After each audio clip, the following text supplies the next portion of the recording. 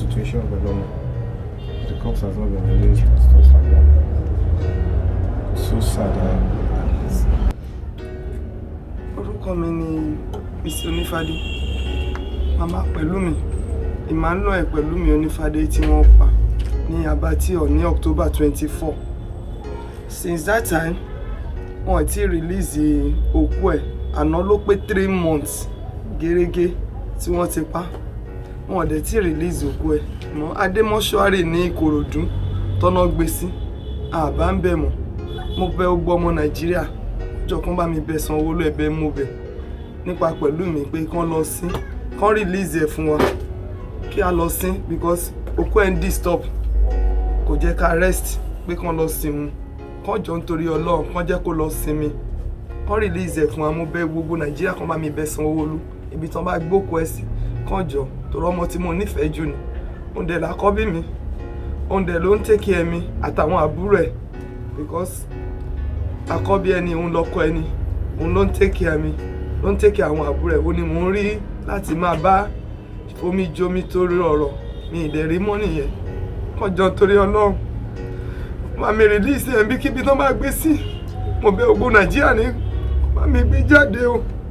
Bí tán bá gbé Pẹ̀lúmi Emmanuel Onífádé sí kán jọ because wọ́n jẹ́ kó lọ rest. Mo bẹ̀ gbogbo ọmọ Nàìjíríà kún jọ kán bá mi bẹ̀ Sanwó-Olú ibi tán bá gbé sí. Mi ì lọ́rọ̀ jù bẹ́ẹ̀ lọ kán jọ. Mo dẹ̀ rí lójú àlá all the time because tó wáyé pé wọ́n ti lọ sí ni òun happen like that. Kán jọ nítorí Ọlọ́run kán bá mi gbé òkú ẹ̀ ká lọ sí because òun ló ń take care àwọn àbúrò ẹ̀.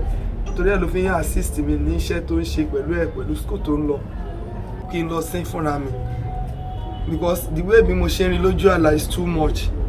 Ẹ mọ̀ nítorí pé àti ìsìn fúnra wa òun ló ń jẹ́ kó rí bẹ́ẹ̀. Wọ́n jẹ́ kí wọ́n gbé fún wa ká lọ sí fúnra wa. Rírí tí mo rí lójú àlá yẹn ti ń pọ̀ jù. Kán jọ nítorí Ọlọ́run because mo yẹn rí lójú àlá yẹn kò jẹ́ kí èmi náà ní rest of mind.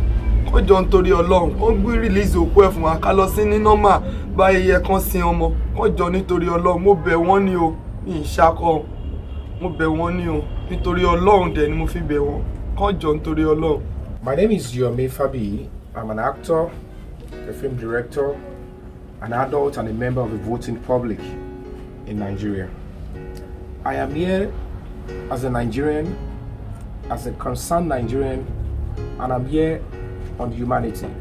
I want to use this medium to appeal to the appropriate authorities that they should understand that the young Pẹ̀lúmi, he was a journalist covering the situation, covering events to stand by the truth and do his lawful duties. Nobody should die doing their lawful duties unnecessarily.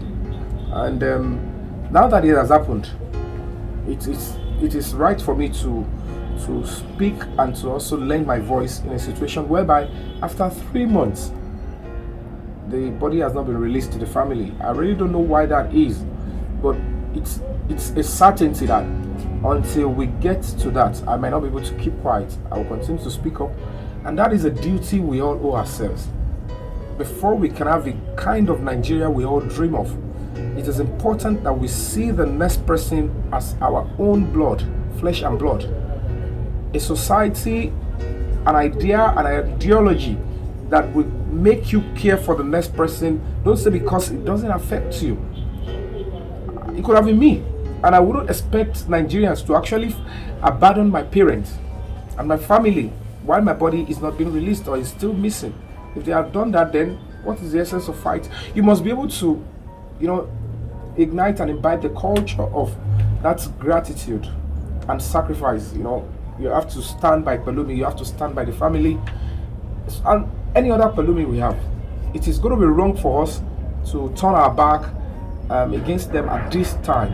That I cannot do. I wasn't raised that way, and I want to believe many Nigerians, many colleagues of mine are not raised that way. We will always stand and lend our voices in things like this. So I want to appeal to the government that they should do the needful, assist the family in releasing the corpse so that they can give the boy a befitting burial and the family can have a closure.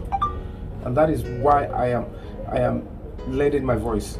And of course, I want to also use the medium to sympathize with every other person that lost one person or the other during the EndSARS protest. It's just a sad situation, but I believe in Nigeria, and so you should as well. Olami Onisheyi David, a relative of Pelumi Olufade, who was gruesomely murdered at the abattoir during the EndSARS protest. Pelumi was a journalist on his rightful duty. He wasn't a violent person, he wasn't a criminal. And they just killed him without any cause. Omolomo is just starting his life. They just wasted him in his prime. Wow, bad government pariwo about wàhálà to pay, give us his body and let us go and do the rightful burial. Let's bury him properly. How can you put a mother in a position like this for 3 months? At the today mortuary limited basic, we are appealing to the governor, we are appealing to the entire masses to please prevail on the government of this country. Release let us go and bury him properly. If you don't want to do it publicly, you can call us. We don't mind whichever way you want to put it. The most important thing for us is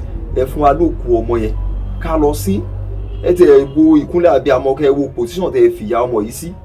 She has not known rest for 3 months.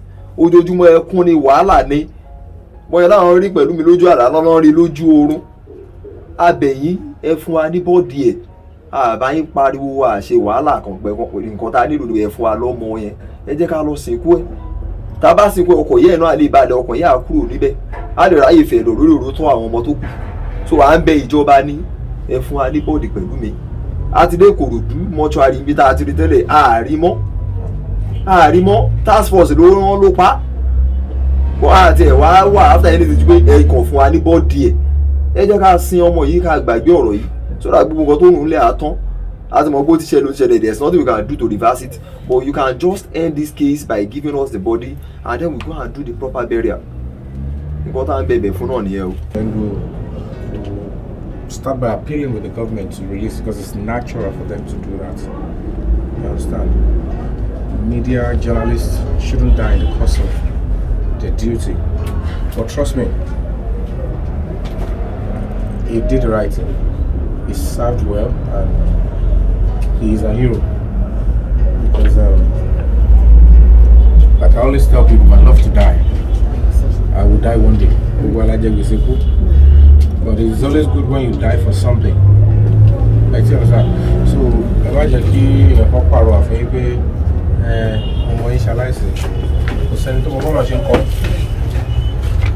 even Jesus Christ, our Lord, died before the parents.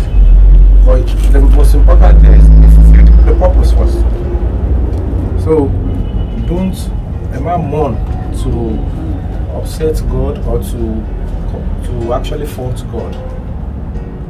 To me, he is a hero. To me, you'll be so surprised that his name will not be forgotten. And that is what everybody is actually living for. There are many people that died 90 years old, their name means nothing. Yes. And somebody could actually lived for just a few years and the name would mean a lot of things. There could be a summit, a symposium in his name. But I know for sure that the pain and the agony of not being able to bury one's child is huge. And nobody will want to tell me that is acceptable anywhere in the world. So, I as a person, I'm not going to keep quiet, and I will speak to whoever I can in the government and a few of my colleagues and use my platform to appeal to the government. I'm a because we live in a very perilous time until every citizen, every child is raised in the idea of duty of care, human rights, and humanity. We may not be able to have a kind of country we all actually dream of. But Emma Fijokon, Emma Ro Asia, Emma Fijokon, Ronuju to my Paila, to my dying. Because wherever he is, he's actually thinking and actually expecting to move on, struggle on with the rest to an end. Because I personally have told my mom before she died, I said, I might even die before you, so don't make it look like it's continually. But I don't wish for that. He didn't deliberately want to leave. He was discharging his duty. And it happened that way. I'm all on. But that doesn't mean justice may not be served. There is natural justice and there is conventional justice of this country, of this land. So I'm just going to appeal to you to calm down. We'll be on top of the game. Engagement. And once again, on behalf of my family and my colleagues in the movie industry, in the media world, saying sorry. The media, they work with us, we work with them. So I cannot turn my back on any of them at this kind of situation. So she make as a duty to say I need to come down, see how you're faring. Do you have anything to say or no? Because mo confess on it pé mi mo bi ton gbe si báyìí because kò sí Ìkòròdú mo báyìí. Jọ kí gbogbo Nàìjíríà bá mi bẹ̀ sanwó mi tó pẹ́ bá wà. Okay, wọ́n ti wá move kúrò wọn sọ fún wa. Wọ́n ti sọ fún wa kò sí Ìkòròdú báyìí. I didn't know where they keep it. I think the governor, he has a listening ear, and I understand. We'll try and see we can speak with him. If it is possible, I'll write him or personally book to go and see him as well. I'm an adult and a member of the voting public, so I deserve to fight for him. And I deserve to be fought for. The question will be, will anybody leave my parents and not support them in this kind of situation? So it's just a duty, it's a call on everybody. You call them to the court of conscience. If it is you, will you be happy wherever you are that your parents were left alone in this kind of situation? So it's something that we all just have to do until we find the proper closure. So I'm not worried. Yes. But if it will take us to keep talking, vigil, and so I'm ready to do that. I understand. But am I wrong? Am I put down for missing Lara? Am I there? Am I the long levy? Yes. I have never met him one-on-one, but I know the organization he works with, and I know the meaning of the job he's doing. I pay respect to the job, the role he's playing in the society, and that is why I'm here. But I've met some of his colleagues, so I see they are all the same. So it is important we are always there to care for ourselves. Understand? So I copy messaging about drive past. I get number, I can always stop by and check up on you, and then I'm call Mashi. Ibikíbi tó bá wà á padà tó ràn láàánú àrùn sí because kò ṣe bóhùn pòpó wá lọ yẹn náà bí gbogbo ti gbàgbé yín. You'll be surprised what God will do. Ẹ máa rápẹrẹ pé ọmọ yóò gbàgbé yín tó bá rí àwọn ibìkan á tarí ẹ̀ sí so that you can be living fine. So ti gbọ́ àwọn tó pẹ̀ gan. Wọ́n lọ sí sùn. Good. Àwòye ni òní sí tó máa kú mọ́nu ẹni fọwọ́ yín gbọ́ mọ́ sí. Ilé tó ṣe àṣẹ ó ti end. I understand. Now with you. I share your pain and I am with you all the way. Is it well? So ẹ ṣe agídí o. Ẹ ṣeré ẹ lọ sọ́jà ẹ jẹun. Ọ̀dọ̀ àwọn ìjọba rí pé ẹ jẹ́. Ẹ tó bá ní kò dùn mi ìgbàdúrà fáwọn náà but they won't say that. So feel free, enjoy your life. Ẹ bá ti fa ìfúrònù tó máa affect you. Nobody's gonna. Nobody affecting you. Nobody will feel the pain. You feel it alone, and you'll be causing that boy pain. It's in okay. You're not calling any memory. Tell me she. I'm a father. No.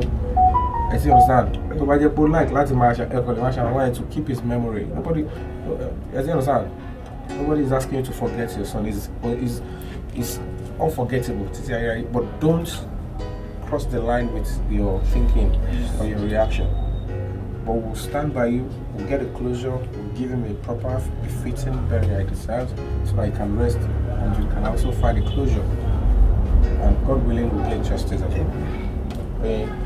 I don't want to talk about compensation because me representing, I'm holding brief for the government. Yes.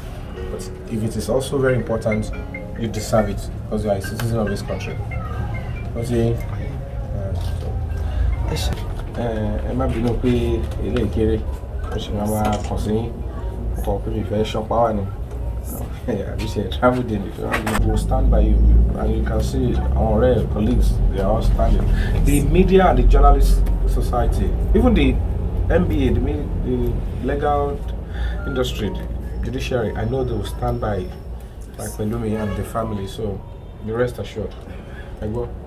And our Nollywood, my colleagues, entertainers, musicians, they are also standing by you. Even politicians themselves, not all of them are in support of things like this. You understand? So don't worry. We'll do our best. Yes, sir. Don't be no joke. Yes, sir. Yes, sir.